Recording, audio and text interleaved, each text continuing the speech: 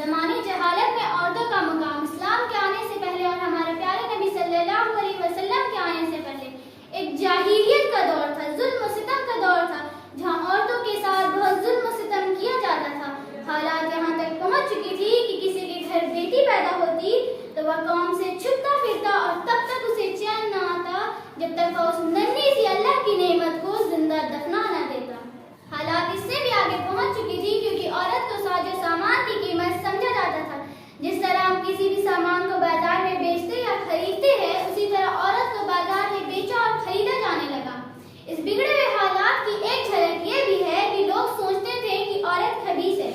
بیٹا اپنی ماں سے ہی اپنا تعلق بنا کر اپنی بیوی بنا لیتا، لیکن اسلام کے آنے کے بعد اسے حرام قرار دیا گیا اور ماں کا مقام سب سے اونچا رکھا گیا۔ ماں کے قدموں کے نیچے جنت رکھ دی گئی۔ ماں کی دعاؤں میں اتنی طاقت رکھی گئی کہ اللہ کو اپنے بچوں کے لیے یا کسی بھی چیز کے لیے راضی کر سکتی تھی۔ اس سے آپ سمجھ سکتے ہیں کہ اسلام میں عورت کا کتنا بڑا مقام ہے۔ کسی کے گھر بیٹی پیدا ہوتی ہے تو اپنے باپ کے لیے جنت کا دروازہ کھلواتی ہے، اور اللہ تعالیٰ کا سب سے خوبصورت تحفہ بیٹیاں ہیں۔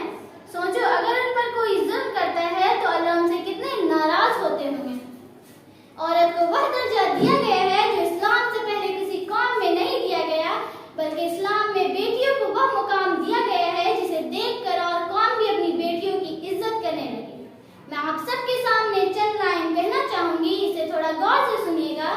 جو لوگ کہتے ہیں اسلام میں بیٹیوں کو گھر پر بیٹھا دیا جاتا ہے، اسلام میں بیٹیوں کو پردے پر قید کر دیا جاتا ہے، یا جتنی عزت اور جتنا مقام اسلام نے بیٹیوں کو دیا ہے نا، تحریر کھول کے دیکھ لیں، اتنی عزت اور اتنا مقام عورت کے پاس کبھی نہ تھا۔